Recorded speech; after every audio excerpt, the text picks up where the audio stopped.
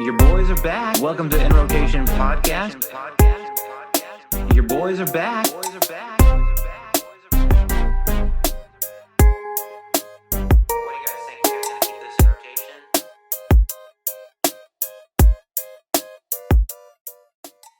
Welcome back again to In Rotation Podcast. We're on episode 5, and we're already at the Drake episode. Damn. Hey. I'm your host, B. With us today, we have Jer, Nick, and our resident Drake stan, Jay. Drizzy up, Stan, baby. When I edit What's this one together and I have like our names pop up, I'm gonna put resident Drake stan right under Jay's fucking name, so it's fucking clear. Does the audience know what a stan is? Oh, I hope so. This is I a hope hip hop so. podcast. Oh man, I mean, Jay's all about the Drake. We all fucking know that. But he didn't even recommend this album. This wasn't even his pick. He like Illuminati'd us into picking it for him. Y'all So playing checkers, man. I'm playing chess. And of course, my dumb ass fell right into it. You were the bait, Yeah. bro. But hey, Jay, this is your baby. This is your dude. Tell us what you thought about this. First takes.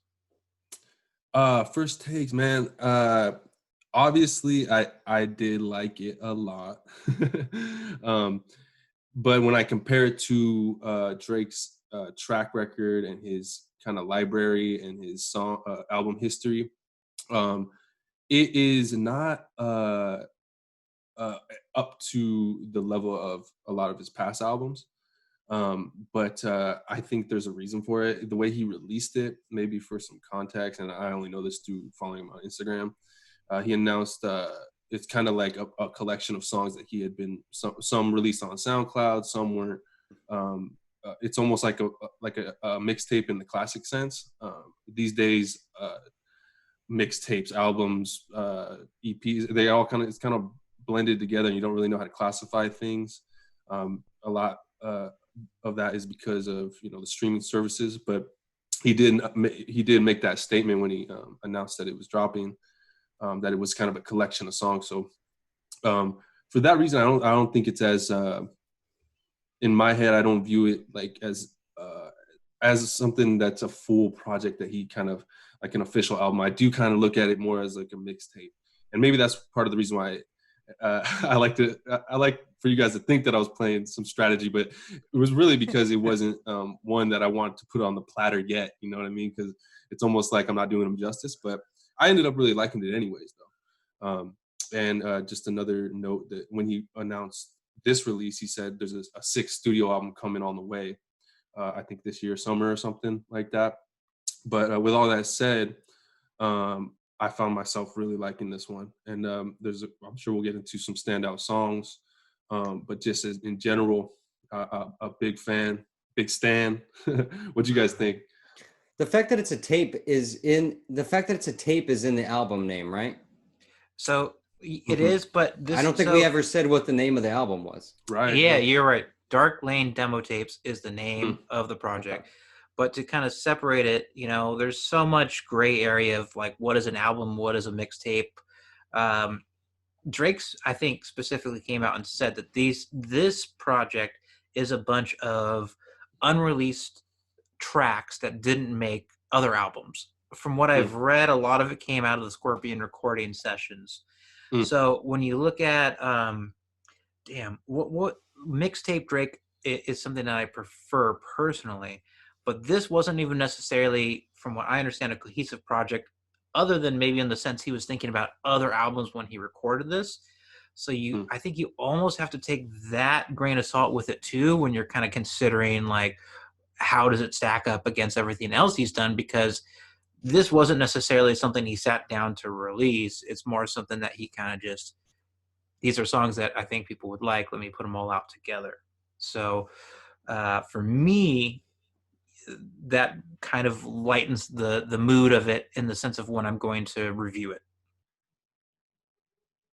Yeah. It was a bunch of different like kind of sounding tracks. There wasn't necessarily like a cohesive flow, and that's because, like you said, it was like that mixtape situation, kind of unreleased tracks. So I wasn't looking for like a flow like I would be looking for on a Drake album. And I think when Drake does drop albums, like they do tend to flow pretty well. Like he's good at what he does. Like he's as big as he is for a reason. Um, so for this, it was more about the individual songs. Um, and there were some good ones in there. Um, but I mean, overall, I wasn't necessarily like too impressed. But I was that like some of the stuff that he did put out with this mixtape was maybe some stuff that I wasn't necessarily used to from Drake. I thought maybe um, it gave me like a different look at Drake as an artist in some certain ways, um, some styles that maybe I'm not used to hearing from him. So that was cool for me. Yeah, I did personally. I'm the one that chose this album because if Jay wasn't gonna do it, then someone had to. Good looking Jay, out. Good Jay, I looking got out, you. Jay. Jay, I got Yeah, you. my Yeah, boy. I've been a Drake fan for a minute. You know, I've been following him and definitely um, really enjoy his music. So I'm excited to talk about this one. Yeah, so we had the shout out disclaimer that Jay's the resident Drake stan. I think it's important to note I'm not a big fan of Drake. I've been relatively vocal about that through the years. I think when he first came out on the scene several years ago, I kind of liked him. I liked his new sound. And then as I got to know him and listen to more of his work, the more I kind of got turned off of him overall. I mean, personality wise, content wise, style wise, there's not a lot that I liked about Drake. So I think it's kind of important that I kind of drop that out from the beginning, just that you're not, you know, these viewpoints from me are not coming from a Drake stan. So, you know, but also it was important to me going into this album that I didn't let how I feel about Drake taint everything or the perspective that I had. I didn't want to have on poop colored glasses when I, you know, kind of listened to this thing. I really wanted to give it an opportunity. So, but you know, kind of getting that disclaimer out of the way. You know, I saw tapes. Whenever you see tapes in kind of an album name, you don't necessarily know what to expect. Is that going to mean it's going to be underproduced? Is that going to mean that it's going to be rambly? Does that mean that it's not going to be cohesive? You know, and I never really made the connection though at the same time that it wasn't necessarily meant to be a cohesive project. But also one of the things that I never really addressed about the album when I was looking into it was whether or not it was cohesive, because I was really focusing on breaking down, trying to look at this from a perspective of the music and the content and the style. And I think I got so sort of deep into that I didn't take a step back and look at it as an overall project, which I think maybe might have benefited Drake in this sense in my review, because obviously my opinion of Drake matters so much to Drake and everybody else, you know, that, but for real though, like looking at the actual specific songs and stuff and looking on an individual basis, I think maybe gave me a better perspective on it than trying to look at it as a cohesive album. And I think there's some great things here. You know, that overall, you know, we've recently talked about Jack Harlow that had some kind of underproduced type of music. You know, I think this was a very well produced album. You know, I expected to see a little bit bigger names on some of the production there, but still overall, there's just a huge difference with someone who knows how to put together an atmosphere within a beat and a song and really build something more than just, you know, the structure of kind of a basic song, you know. So there's some cool things going on, some just different fullness to the beats, you know, some cool samples and audio tracks like When to Say When, Losses, Pain 1993, The End of Desires, the way he's got that kind of like that like phone recording of him kind of saying the hook, and then as soon as that ends, then the next song is him like doing that hook. Like some of that kind of stuff was kind of fun. Also felt kind of like that raw side of like a kind of a tapes. So overall, I didn't hate it as much as I typically go into a Drake project expecting to hate. There was a lot of it that I did not like, but there was more of it that I liked than I expected to as well. Sure. And it's interesting you mentioned the production, and Jay, yeah, we're gonna have to look to you a lot on this one because you know you are the Drake guy here. Usually I'm pretty sure that 40 is like Drake's main go-to producer, and it shows up a lot on this album. I don't know how much that Drake necessarily looks to other producers when he's in album mode, at least. Is that kind of how you feel too? Yeah, that I think to my knowledge, that's pretty spot on. 40 is like his guy. Hmm. And I know in the past he's made comments about how 40 challenges him. Like some albums, I wish I could name the specific album, but I know Drake said 40 challenged him to clean, like have this album be your cleanest album, one of his past albums. Hmm. No dead space on it. Uh, let's make this as clean as possible. And I think 40 and him go way back. You know, they have a long history, really good friends, and he's definitely his main executive producer and like his Yep. go-to guy. They're linked, but he does branch out a lot, obviously. And I'm not, to be honest, I'm not like a producer head. I don't really know that many producers, but I know that he branches out, and he branches out with artists too. He puts Sure. young artists on the map a lot, up and coming. And I think that's one of his biggest strengths is that he is not afraid of the up and coming guy that's going to try and take his spot. What he'll do is he'll put him on, and then he'll reap the benefits of that as well, because he'll be on a song with him. The examples of that, I mean, I think he Weeknd was one of the guys, but Weeknd is an artist on his own. He didn't need Drake to blow him up, but he did. Drake featured him. Drake has been on songs with, I think, Lil Baby. He put him on, right? Not put him on. When I say he kind of gives him that mainstream shine, because Drake is a big star. But I mean, so he to your does branch point, out. I mean, Migos. We talked about Migos in a Migos, recent yeah. episode. Fucking Versace, dude. The Versace remix with Right. Drake, like that was a hot song already, but Drake did the remix and it really blew up from there. And you're absolutely Mhm. right. Even on this album, right? You have Young Thug, who he fucked around with a Mhm. lot on one of his last mixtapes. You have Mhm. Future, of course. I mean, what a time to be alive, right? Like that was absolutely capitalizing on the sound at the moment. And Playboy Cardi's on this one as too. So I completely see what you're saying. Um, Right. Definitely not afraid to put people on or bring them onto the album and make something better. So Nick, not necessarily a big Drake fan, but what did you guys think about Chicago Freestyle? Because it was definitely one of the stronger tracks on the album for me. And he also kind of has that Eminem reference, right, in one of like the choruses or bridges. So I thought that Nick's it, face Nicky. already. this is Nick, this is the olive branch from Jay to Nick I to gotta say. do it, Nick. Oh man, how'd you feel about that, Nick? That Eminem. Yeah, I knew this was gonna come up. You can't help it with me being the resident M guy, and I can't help but bring him up on every episode. And I thought it was ironic that he's been brought up every episode, and now he's actually quoted in this album. So there's no way it wasn't gonna get brought up. I had a question about this song that I'll kick to you guys afterwards about whether or not this was an actual freestyle. But as far as that sample goes, or sample's not even really the right word for it, I didn't like it. I will say I thought it was interesting. I did notice that M got a writing credit for this song, because you can't take lyrics directly like that and not put a writing credit to that person. I'm all for taking something that's popular and playing with it.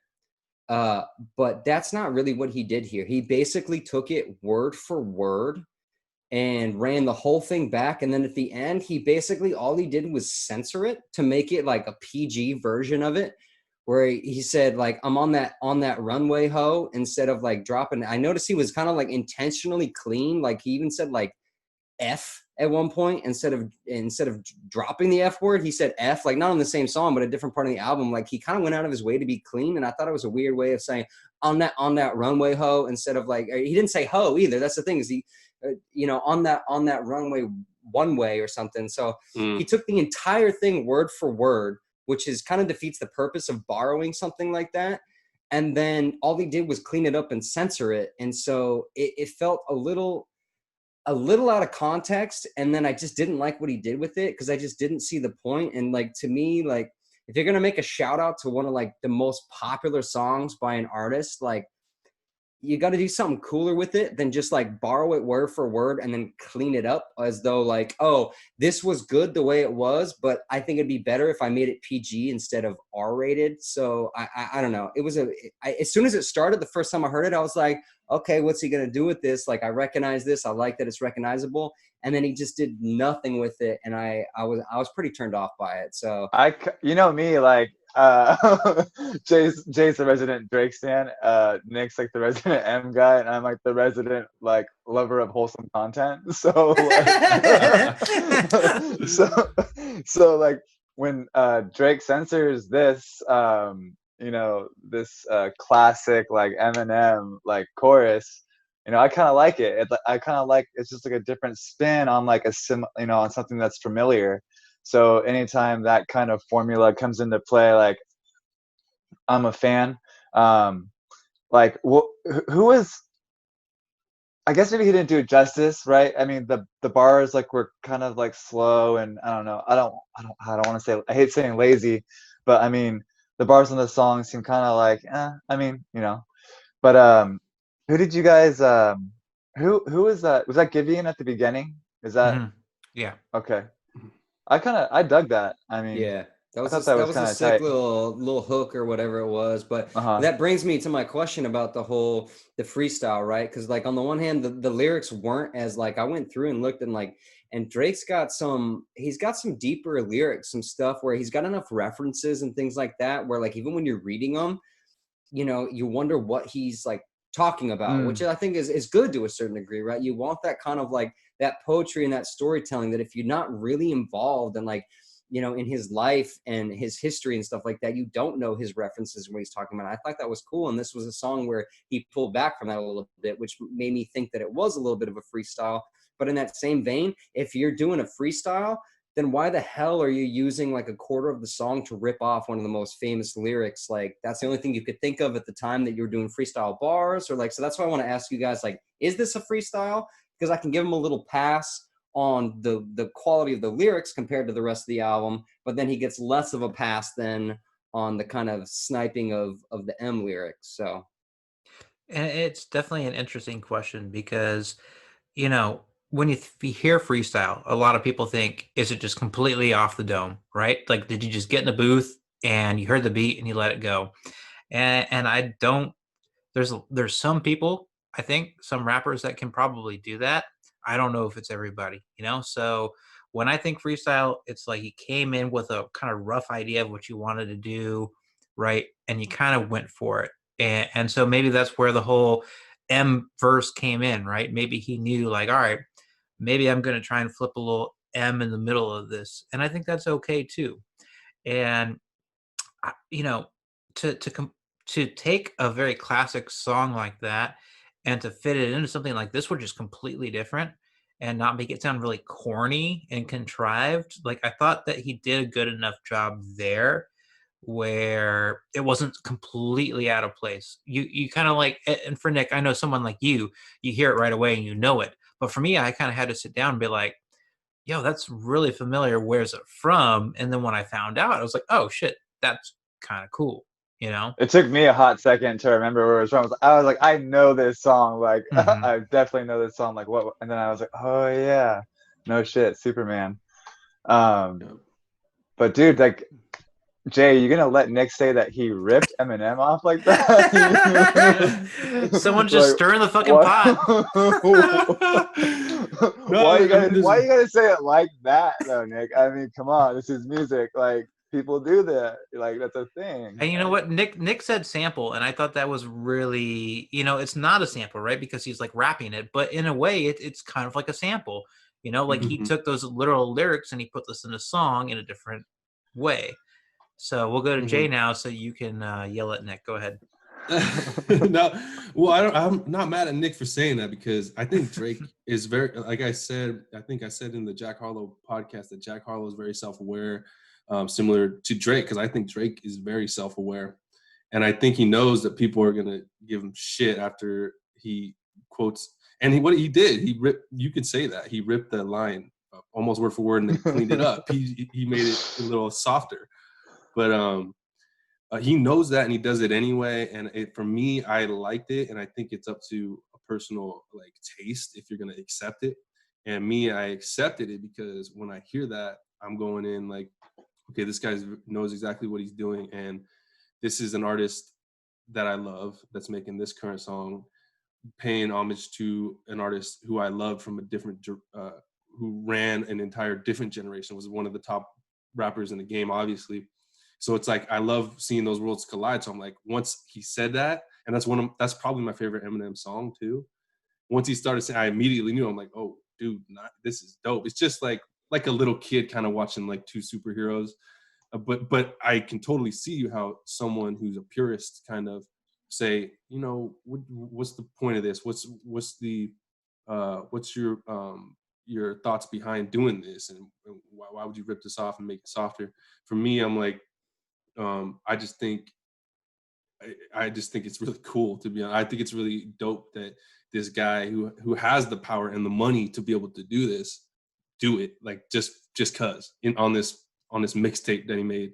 And it happens to be because I like him. You know, it works for me because I like him. But if you hate him, you're gonna hate him even more. You're gonna hate him even more maybe for doing something like this just because you can. And for me, I like to see someone who hits this rare air and is able to just, you know what, I'm gonna use this. I'm gonna use this, and I'm gonna do it the right way. I'm gonna buy it off Eminem. I'm gonna give him the credit, the writing credit, and obviously he had to have Eminem's blessing in order to do it. So I'm thinking about all that. I'm like, dude, these are two guys that I love coming together to make a song that I love, because this is one of my favorite songs on the album. The question you brought about the freestyle is a very good question too, because I get confused about that. I wonder the same thing, like what do you mean by freestyle? Is this, and B shed some light on his thoughts on that too. And I kind of tend to agree with what you said with how you explained it, B.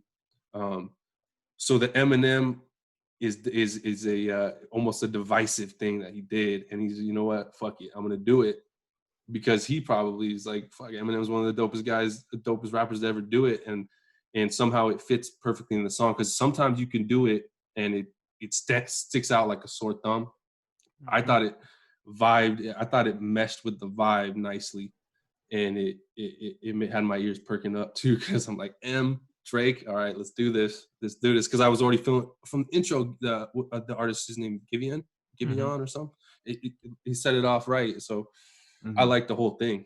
Came together nicely for me. And also, I think, sorry, go ahead. Just the thing to clarify, just the quick rebuttal back, because I want to make sure that my statement on that is clear. I think it did fit well within the song. You know what I mean? It didn't take me out of the song in the sense that it didn't fit, that it didn't make any sense. It definitely fit in the vibe with it. This is one of my favorite songs on the album. This was the only kind of issues I took with it.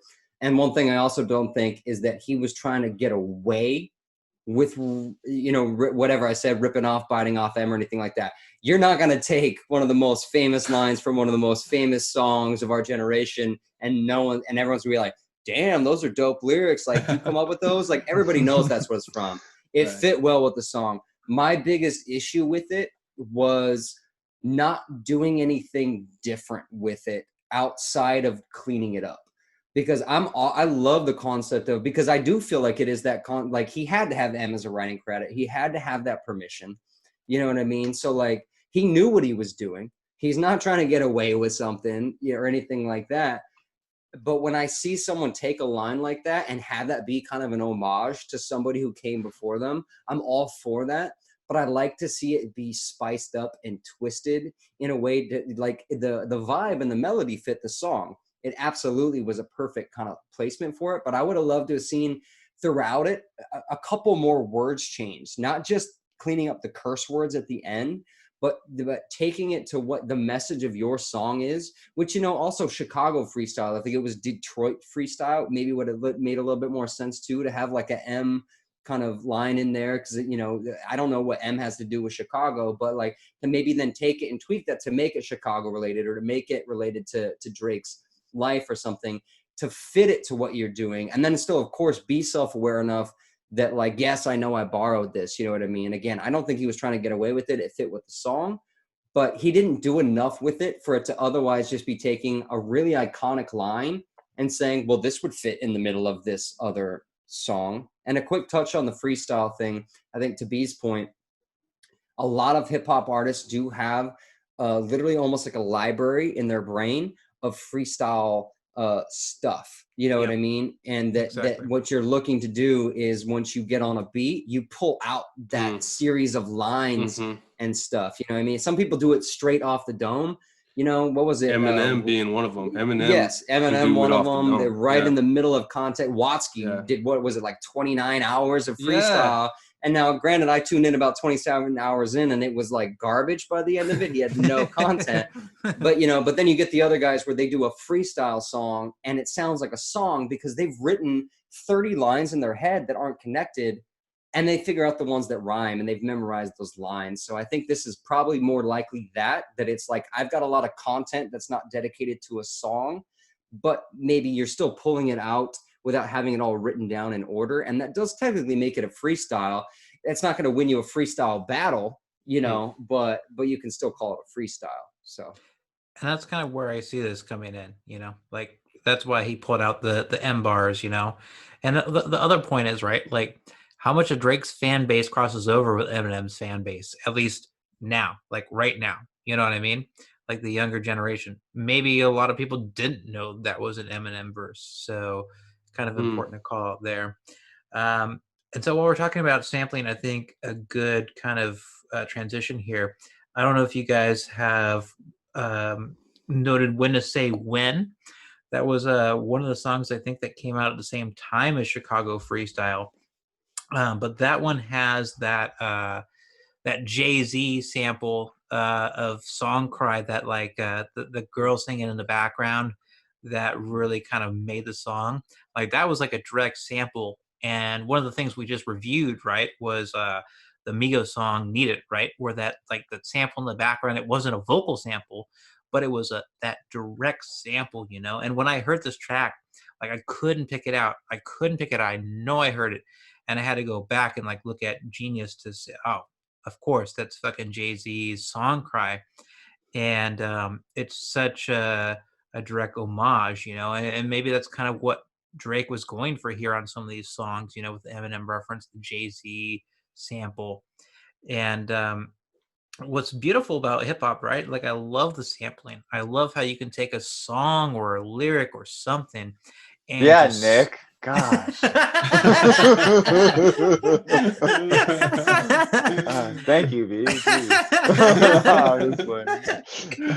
And spit it into something new. I mean, I don't have a lot else to say about that track, but I really loved it for that reason. Yeah, I think when I was first listening to the album, like that was one of the ones where I was like, all right, for sure, I'm feeling it.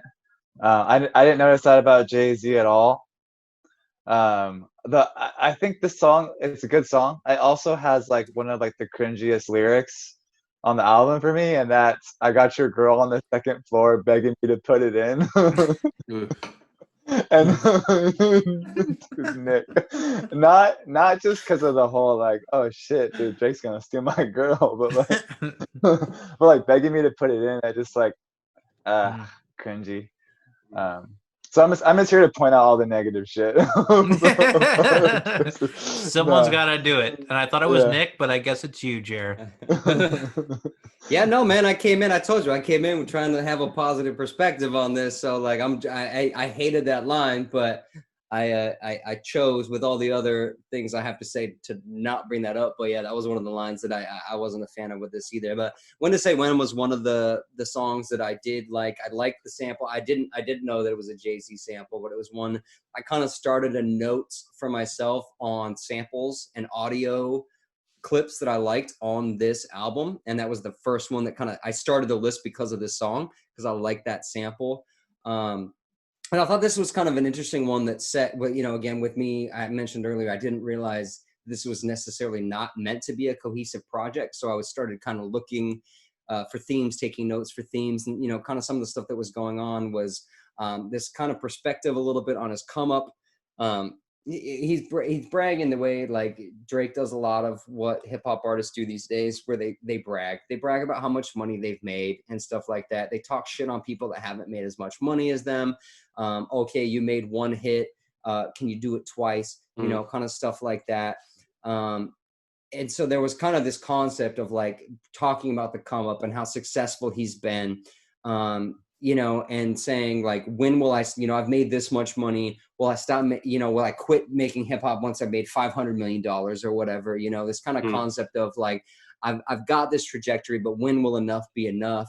You know, but also alongside it, you know, this is, you know, the more we review these albums, the more you kind of get these themes of, we've talked about it with Jack Harlow, we talked about it with Joyner Lucas, this concept of the people that are with you as you come up, the people that are by your side, how that changes them, who you trust, you know.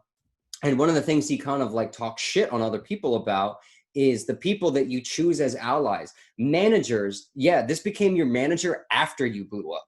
But did you have a manager who was there before you blew up? Like, who was by your side from the beginning? Who was by your side when nobody else was there?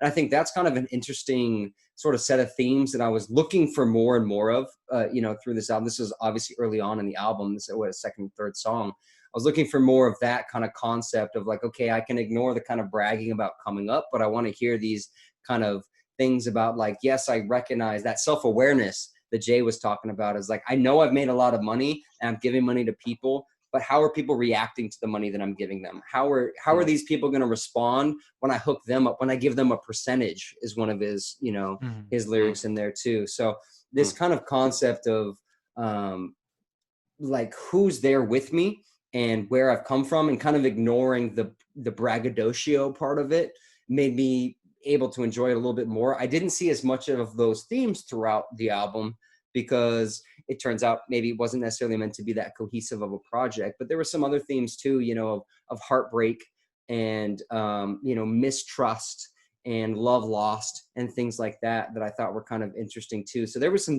themes here that were intermittent, you know, that kind of weren't everywhere, but When to Say When was one that brought up a lot of like what I was hoping to find more of throughout the whole album.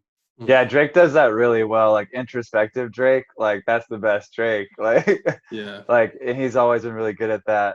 And yeah, no, you're right. Like that comes through in this song for sure. I agree. I agree. I'm looking back at going over some of the lyrics right now as you guys were talking to it.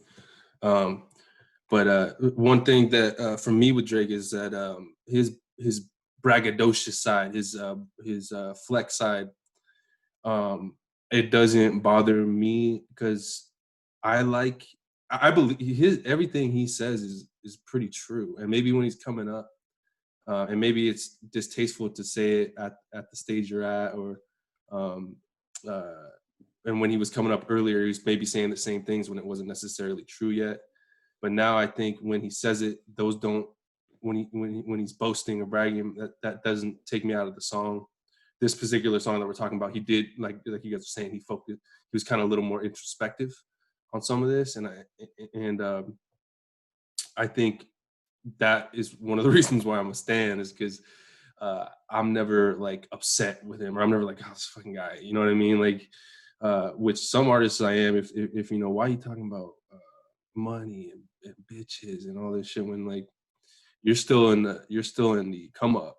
And I think Drake there's a few artists, Jay-Z, I mean a handful of artists, you know, we all know them. Like Drake is on this level of where when he's saying it, I don't think twice, especially when he's talking about the money. And I think it's like he's on a level almost to where Jay-Z is as a mogul.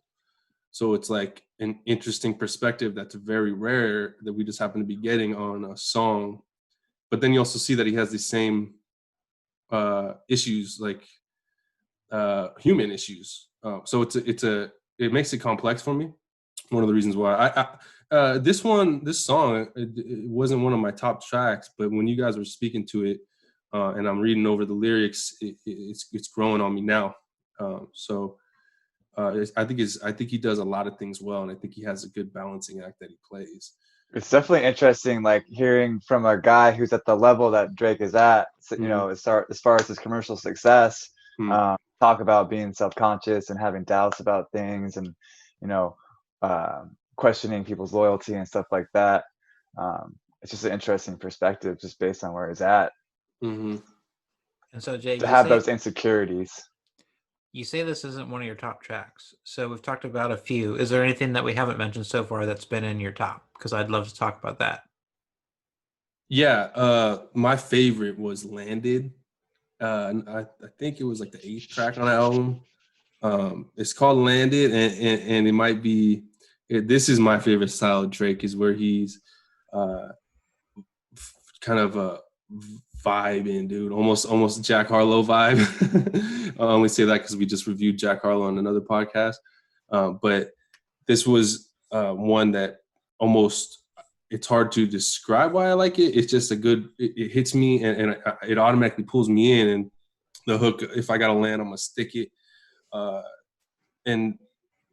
Baby, let it go. You're gonna miss it. Da da da da. Cartier pen. Do I sound different? I just think it's cool. It's just Stan. This is so Stan, but I just think it's really cool. You know what I mean? I think he does that.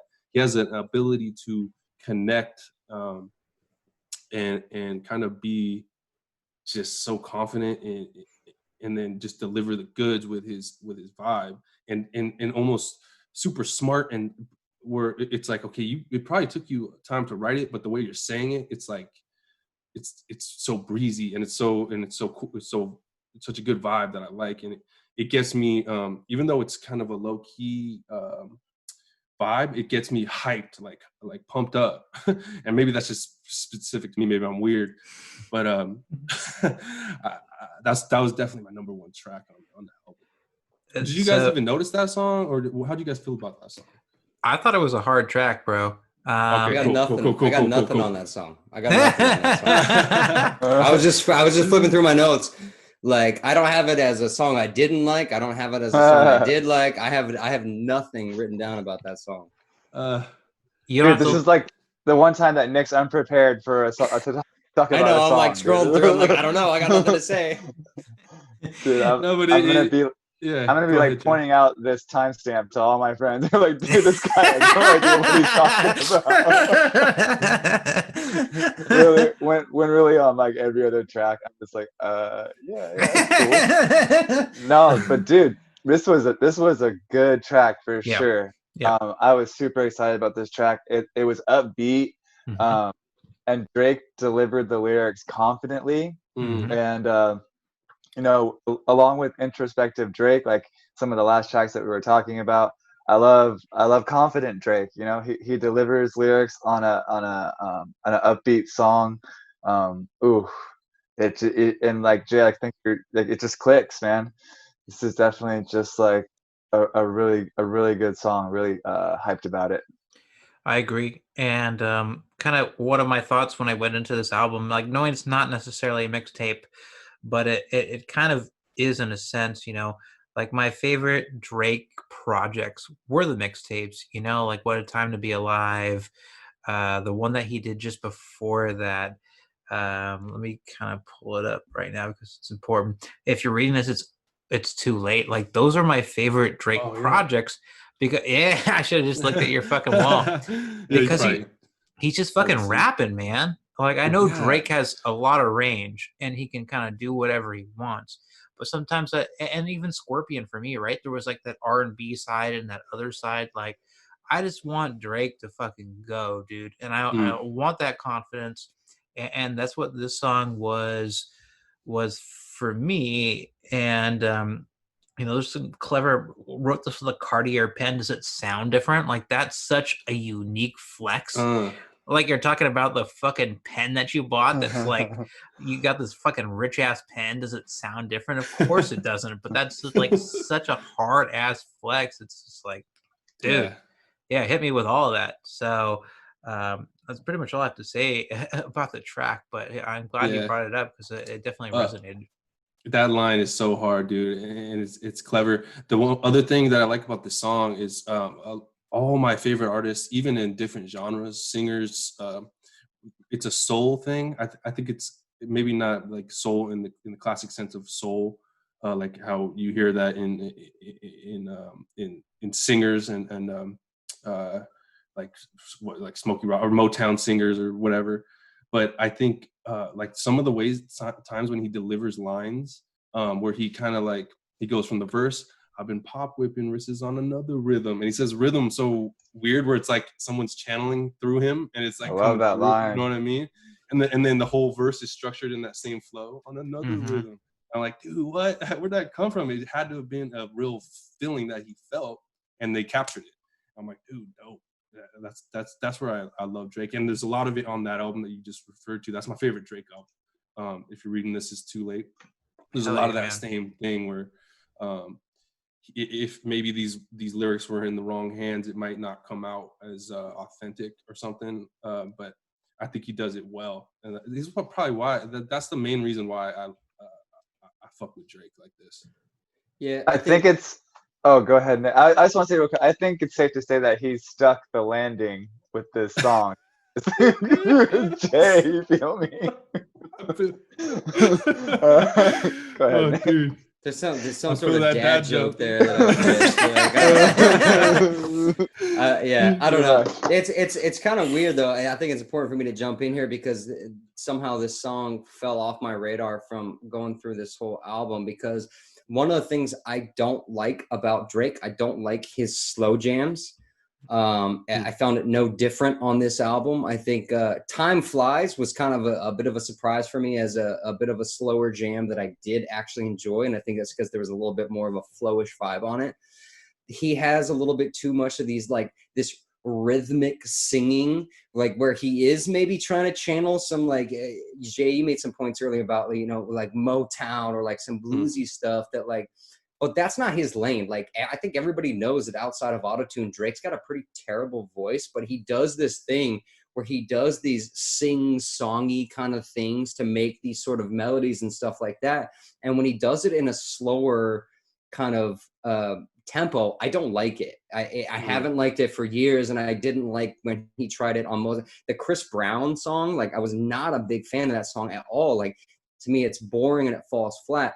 There's certain times when it's more up tempo when he does that, where that weird like flatness, his out of tune singing, actually kind of goes well. That's the Drake sound, right? Like nah, nah, nah, where like he's not hitting like the key, but the way he does it with enough kind of vocal effects, like it hits it. But when he goes too slow, it just drives me crazy and I don't like it at all. So one of the things that I do like about Drake, and when he first kind of came onto the scene, like some early days of like I'm just trying to think of different songs, where he came out where he's actually hitting bars. Like that's when I was like, okay, I still don't like his sound. I don't like his sound, but I have way more respect for him when he actually is flowing. And when he gets into this, like trying to do Motown or blues or R&B and stuff like that, like the entire back half of Scorpion, Mm. I just don't feel like that's his lane. And I know a lot of people kind of like it, but like he does so much better as a hype rapper, as kind of an upbeat kind of thing where like I think that like his clout as an artist comes from his ability to do the full spectrum. But I disagree with like the ability on 3/4 of that spectrum. And if he would mm, stick more to like proper bars, that's where that's where I like him, because I like his kind of like his braggadocio shit, his hype lyrics and stuff. I'm not a big fan of people bragging about the money that they have, but you know what I mean. Like I'm trying to think of that one song that was with like Drake and Wheezy and M, where like he starts off forever. about like, yes, forever. Like, I Mhm. want this shit forever, man. Like that Yeah. song, like that's some of the dopest bars that like Drake has ever dropped. And like I hear that and I'm like, I like that Drake. I hear this like, kind of slow jam kind of stuff, like especially that Chris Brown song. And I'm just like, this is just, it's not your lane. And so it's weird to me too that I missed this song. You guys, I forget the name of the song even, but that you guys are talking about, because I would have thought that with it being more bars, it would have hit me harder. Mm. Well, I think, Um, sorry. So we won't get into the Chris Brown song because I thought that was kind of like trash and throwaway, and Chris Brown barely had anything to do with the song. So I don't even understand why you include him when it's maybe a little controversial. What I do want to talk about, since Nick is so into these like R&B Drake songs, is Tootsie Slide because it's the biggest song on the album. We have to talk about it. We have to talk about it. And for me, I have like such a weird relationship with this song where like even when I'm listening to it, I start and I hate it, and then he gets into these flows and he really mixes it up. I'm like, oh shit, this is cool. And then like later in the song, I hate it again, and I feel like I feel like I'm bipolar listening to this song. So let's start with Jay because he hasn't had enough to say about Drake yet. yeah, Tootsie Slide, man, it's a very interesting release by him because it came out right about when the quarantine started.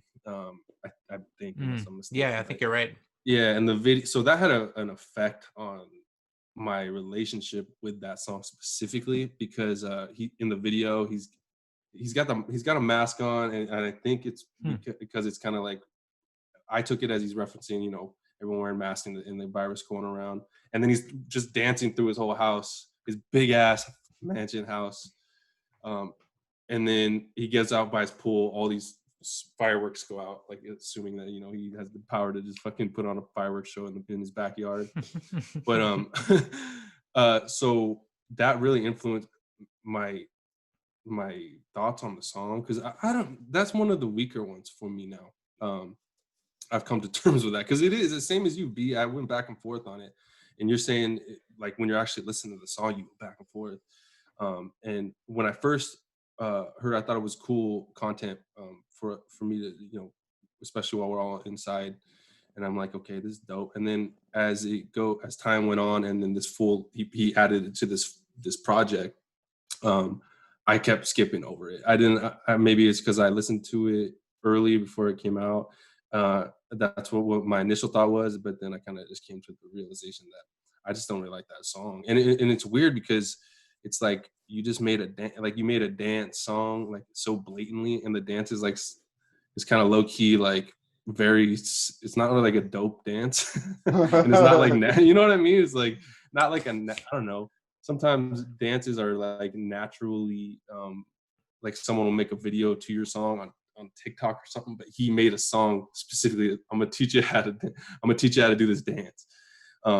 So I thought that being the premise alone, it wouldn't have legs to stand the test of time. So that was one of the weaker for me. I didn't like that. Chris Brown songs, that song sucked too. But Toosie's a very pop. It's a very pop like song that like it's not nutritious. That's not gonna last, so I thought it was pretty corny. Yeah. I think that's kind of like, I think, Jay, that's kind of what you're saying. Yeah. Is that, I don't know, like for me, like I was like, oh man, when I first heard it, I was like, oh man, this is corny. Like I was like, oh come on, Drake, not you. But I won't lie, kind of like B, like I kind of went bipolar. I like caught myself like listening to it when I wasn't consciously, I didn't like consciously put the album on. I think I just heard it like maybe like on like some hip hop radio station that we were playing at work or something, and I caught myself vibing to it. So I was like, fuck, dude, like I actually do kind of like this song, dude. So for me, it's kind of a mixed bag, and I've got mixed feelings about it. But I mean, overall, it's just like, come on, Drake, you can do better than that. It felt like it's funny you mentioned TikTok because it literally felt like a song to me that he put out for TikTok. Like TikTok is designed, like TikTok is what, lip syncing and dancing. I haven't figured out anything else that social media platform has been used for. Like, you know what I mean? Like, tell him. Yeah. I don't know. Maybe I'm showing my age again, but you know what I mean? Like, but like that song, but it's like, but then you listen to the dance lyrics and it's like, you got nothing on the Cupid Shuffle. You know what I mean? You got left foot slide, right foot slide.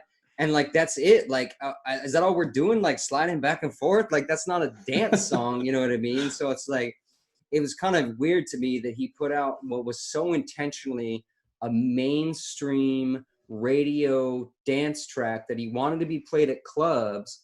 and that even his own Drake stans were like, this is lazy. Like, what is this? You know what I mean? Like, it just, you Right. know, so it's got that class. Like, it's funny because like you go through that hook and the way left foot slide, right? It's so Drake, you know what I mean? And for me, like, I associate a lot of like the sound of what he's doing with a lot of like his other sound. And so for me, I kind of filed the two in the library of like another like intentional attempt at a mainstream kind of track that like fell flat. Like I can tell you from like, you know, from times of writing, like as a poetry major, right? That when you're writing a poem for yourself and that you don't expect anybody to read it, there's a certain level of like beauty and like at like rawness Authenticity. yes, that can come from it. And the Yeah. second you think that other people might read it, it changes everything about how you make that track. And when you're making a track to intentionally put it out as a dance track or as a mainstream track, you're not writing it for yourself anymore. And that's where the best music comes from. And that's where there's some great authenticity from Drake on this album.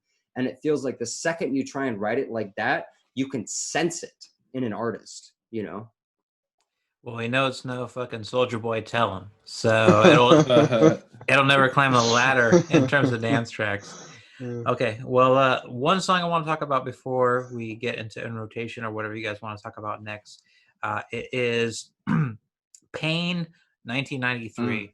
And the only reason I bring this up is because I'm a big Playboi Carti fan, and I just want to apologize on behalf of every other Playboi Carti fan out there that sounds like this fucking baby voice that Playboy's doing on this song fucking sucks.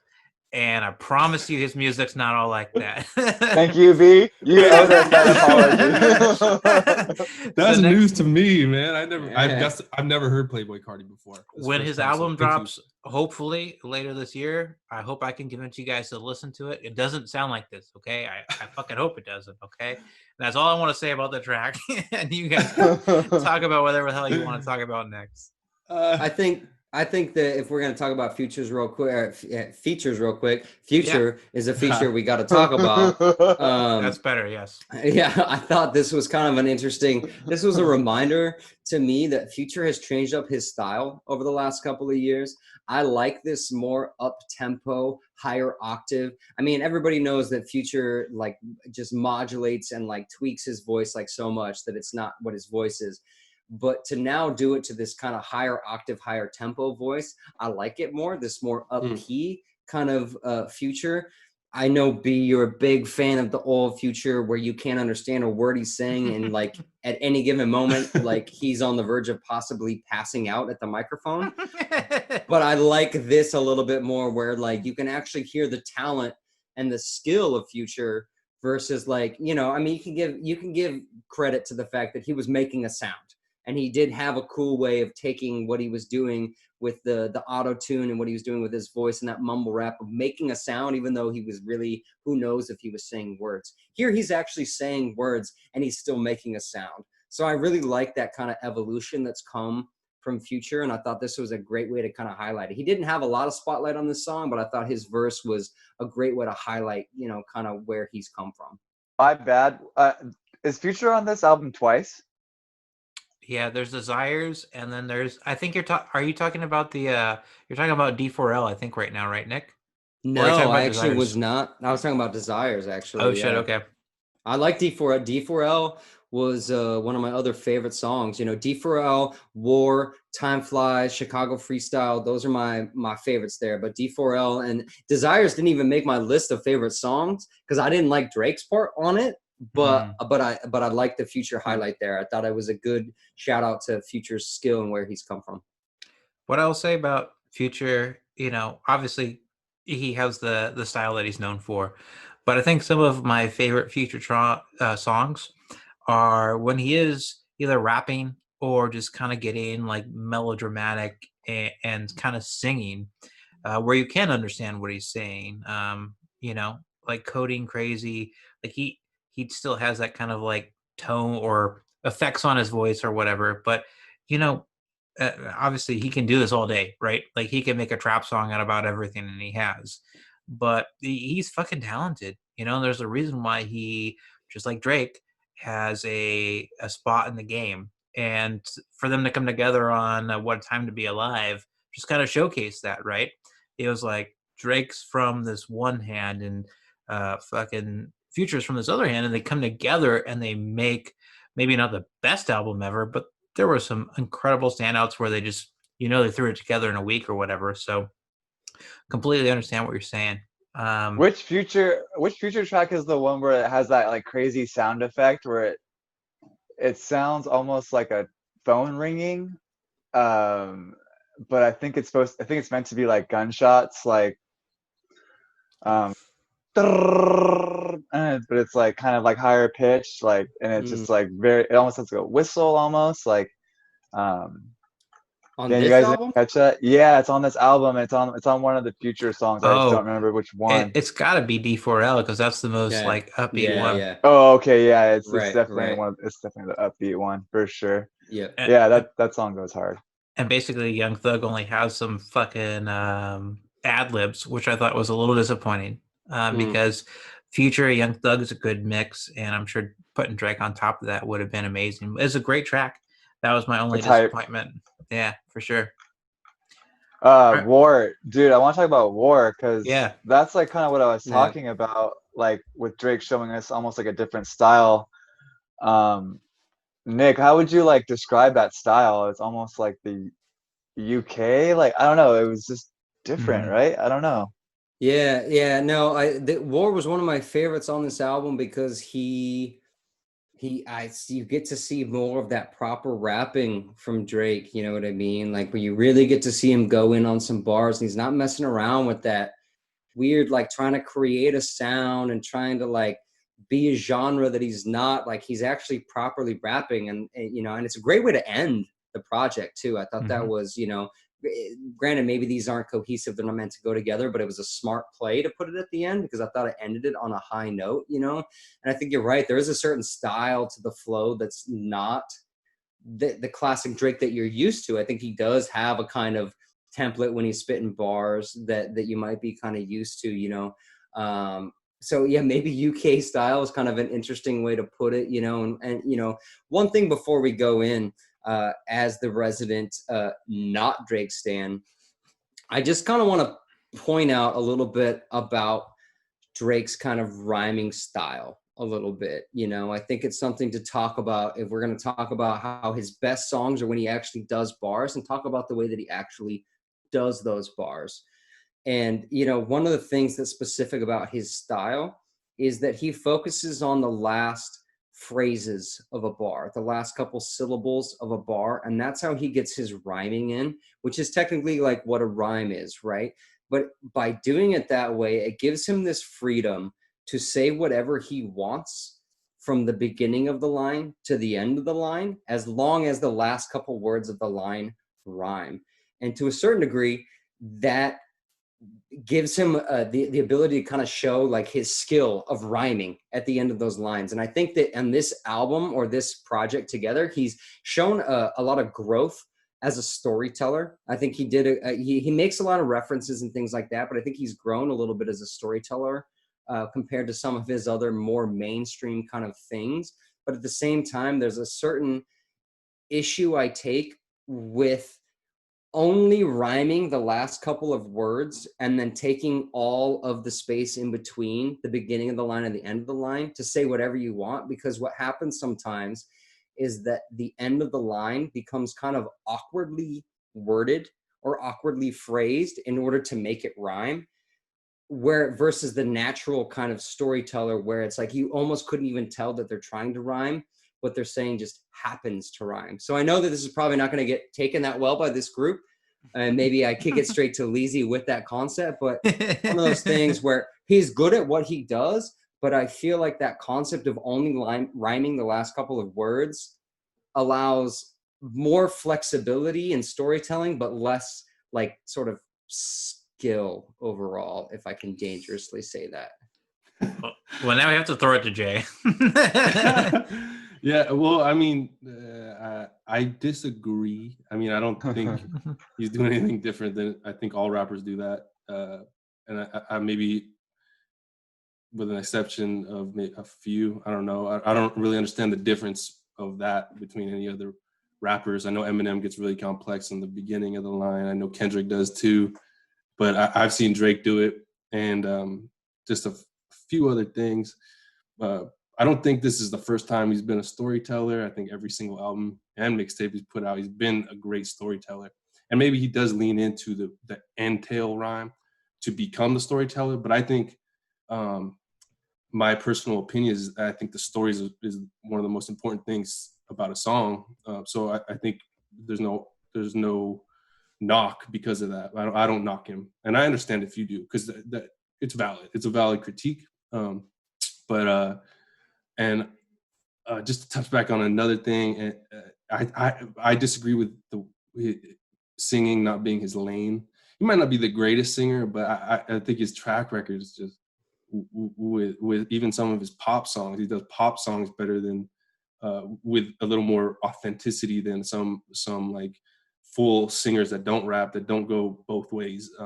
Hotline Bling. Well, Hotline Bling, I don't know if I think he does a blend. It's almost a new thing that he went full in and created. I know when he was coming out at the same time, there was other people that were doing both, like B.O.B., who is falling off the map pretty much. A couple other guys that sing and rap, but I think maybe he might not be the best singer, but I think his full authentic and ability to dive in 100% and at least even if he has to use auto-tune, which I'm not sure how much he uses auto-tune, but I think that works for me. And if it doesn't, then that cuts off half of Drake for people that don't like that. You know what I mean? So I could see why if you don't buy that, then that's like, okay, this guy only when he's doing bars is when I can respect him. But for me, I love both sides of Drake, and I even love the in between part when he's kind of singing in the middle of a verse. All of a sudden, he breaks into a song or a weird melody. So I like the flexibility of it. But to circle back around to what you just said about the simplicity of only rhyming the last word, I don't know. I think that might be a little bit of a stretch, because it might be he's subject to more criticism because the spotlight is on him in this podcast specifically, and just in the real world in general, as the biggest rapper in the game. Yeah, I agree that the biggest rapper in the game, he says. You said you throw that in? Damn. I always agree whenever someone says that Nick's wrong in his opinion. so I just want to start off by saying that I agree. No, just kidding. Dude, but I did want to talk about like some of the other features, like specifically this Demons track. It has Fivio Foreign and Sosa Geek. And for me, like that started off like hard. And like I think Drake came correct, but like damn, these other two features or like these other two artists like really like missed the mark for me, like big time. I don't know, it almost like felt like super out of place, and like they really like brought down the quality of the song for me. So I mean, thank God for these like future features, because some of the other ones were trash. Well, I think the thing that can kind of keep in mind, and we got to keep coming back to as we think about how we'll review this album as a whole, is like these tracks are like a collection of things that Drake didn't put out, right? He didn't put them out on his albums, and there's probably a reason for that. And maybe it's because it didn't fit the cohesiveness. Maybe it's because it didn't fit the vibe. Maybe it's because Drake had the only good verse on the fucking song. But there's a reason why a lot of these songs weren't put out. And so if we can sit here and talk about, you know, a lot of these songs are pretty good, then I think that says a lot about Drake as an artist, right? Because these aren't his fucking best songs. Like if there was a B-side to something, well, Scorpion had a B-side, right? But we could have probably cut that down to one album. True. Yeah. But holy shit, if all these songs, I haven't thought about it until now, if a lot of these songs came out of the Scorpion recording sessions, then what the fuck? Was he about to put out a triple disc? Because that's like a Dude. lot of content. I mean, yeah, it was probably almost like 2 hours. I think I Like, looked at it earlier. I think it was like an hour 20, and Views wasn't 2 albums or 2 discs, I should say, but it was about the same length. Like, I think that Drake needs to kind of hone in on what he wants to do. It's okay if it's singing, it's okay if it's rapping, but you got to pick the Yeah. best of that. Because and we talked about it on the Migos review too, right? Like, there's so much music and there's so much oversaturation. Like, please, for the sake of the fans, cut it down to what you want it to be, or trust Yeah. someone else to cut it down, because it's just too much. Like, I don't have time to sit down and listen to an hour and a half of music every time I want to listen to your album. I'll give him props though for being able to put out that much content that you could consider high quality content, whether that's a multi-disc Scorpion or an entire album of borderline throwaways. I wouldn't call it that, but whatever, the B-sides, whatever, for this tapes collection. There's something to his creativity, that I've for years taken issues with Drake's history and where he's come from and how he's come up and stuff like that. But still, you got to give a certain credit to his ability and capability as an artist to be able to put out so much music that he's doing this. I agree with you that, yeah, every good artist can though. So also, keep it to what's your best. And if you want to put out like a cohesive album every year or every 6 months or whatever, great. But maybe you don't need to publish all your throwaway albums just because like they sound dope enough, like you're one of the best, most popular artists in the world. So put out the best. Don't just put out everything that you make, because it sounds like someone said earlier, there's a studio album coming. If there's a studio album coming, how many of these did we need? You can also put out a single like Tootsie Slide or whatever if you really needed to get that out there, and you don't even have to attach it to an album. That's not a rule that it has to be on an album. You know what I mean? Put out the music you want people to hear, and then put out your cohesive projects and leave everything else for the posthumous collection or something. Like, you know what I mean? But like, that's you don't, fucking dark. No, I'm just saying, like, but like, put out everything that you made like later, but you don't got to put it all out now. Like, that's not what your job as an artist is, to just put out every little thought and project you had. So I'm just agreeing with your guys' points, but maybe more darkly. I didn't mean to. That's not what I meant. But just wait for Drake to die, okay, Jay? That's not what I meant. If Drake turns up missing, we know who to look to first. It's Nick. I don't know. I don't need that much Drake music out there, so it won't be me. I see what you're saying though, because it almost has a hint of like, just give me. He's trying to get the bag. You know what I mean? Put this out so I can get. I know I'm gonna get a bunch of money from putting this album out. And it's like people don't really get upset about as much as they used to about artists selling out, but it has a hint of selling out to it. But I think we're in a new era where that doesn't affect people anymore as much as it used to. You know what I mean? Like, even Kendrick, remember Kendrick did it. What is it? Untitled, Unmastered. Those were all. I hope I got that right, but those were all songs that didn't make the cut. But those were all dope songs. I know. Exactly. That's exactly my point. That's my point. Just make sure they're good. I don't care what it is. Just make sure they're good. Yeah. So I think maybe if you're setting it, that's a very good point. Those are all dope songs. I like. It was pretty clean. That could have been the album, and Kendrick. I think in a lot of people's eyes, including mine, I think he's more pure than Drake. But Drake has chosen to be this international star. Not to say that Kendrick's not, but he's more Hollywood, if you would. He can put out anything and people will listen to it, and he knows that. Right. All right, boys. Well, it's coming down to the moment.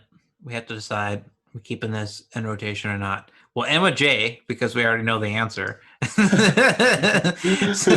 And we'll skip Nick as first two because we already know that answer. So we'll start with you, Jared. All right, for sure. I'm gonna say it was not like too long, but I guess kind of long, and weren't like enough like impressive tracks for me to keep it in rotation. So I'm gonna say that this is not gonna stay in rotation. Like I said before, Drake did show me some like styles and some sounds from him that maybe I don't always hear from him or hadn't heard from him before, but it just wasn't enough. So For sure. All right, we'll go to Nick next. Yeah, so I mean, I'd like to surprise everybody and be like, I am going to keep it in rotation, but no, that's not the case. I mean, ironically, I think some of my favorite songs, D4L, War, they were good songs. I don't think that they're good enough that I'm going to be coming back to them. I think my favorite song might have been Chicago Freestyle, which is the one that it sounded like earlier I had the most beef with because of the M quote or whatever you want to call it. I think this was an interesting kind of concept of him trying some things out, some sounds, vibes, tracks, records, whatever, where he was doing some things, that I hadn't heard, where I gained a little bit of respect from him. Also doing some things that I have heard that I'm kind of like not a fan of. That's why I don't really like Drake that much. So overall, there's probably nothing on this that I'm going to be coming back to. Damn. Okay. Well, to you, Jay. Yeah, I do think I will say that I think it's one of his weaker albums, and probably because of the scattered nature of it, and it's his collection of scattered songs. But I'm gonna keep it in my rotation. I'll say yes because I'm one of the people. I'm fascinated in his even songs that I don't necessarily like the sound or the beat or the other artists on it, but I'm interested in what he has to say because I'm such a fan of him as an artist and a stan, as you all know me to be. So I will keep it in rotation, and I like to listen in on. For the main reason, I like to listen to like songs like War, where he goes into little details about past beefs that he had and things like that. All that type of stuff interests me. So I'm at a point where I'm going to keep it in pretty much anything he does in rotation. Yeah. Hey man, be true to yourself. Be true to yourself. I guess, as a whole, probably not. I mean, there's some things that I enjoyed, and there was never points in the album, the project, that I didn't dislike or tracks that I skipped.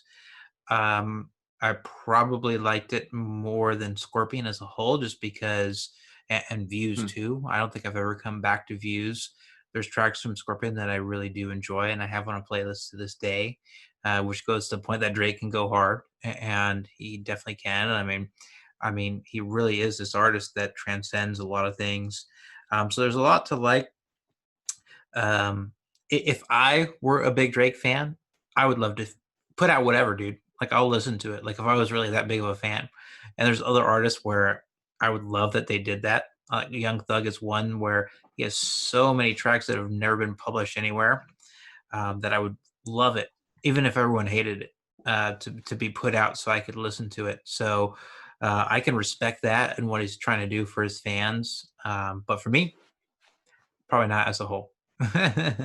Sorry, Jay. We'll all apologize to you now. We'll all apologize to you. No need to apologize. I get it. We all want an episode next. We all want to be your friend after this. But yeah, I encourage people to go back and listen to episode 1 and 2 if you want to see a little feisty version. Yeah, we kept it very civilized on this one. Yeah, on this one, right? I feel like I matured a little bit. I love your character art, bro. I love your character art. Of course you do. Well, boys, it's been an amazing episode. I look forward to see you again in Rotation Podcast. See you next time. Peace. Peace.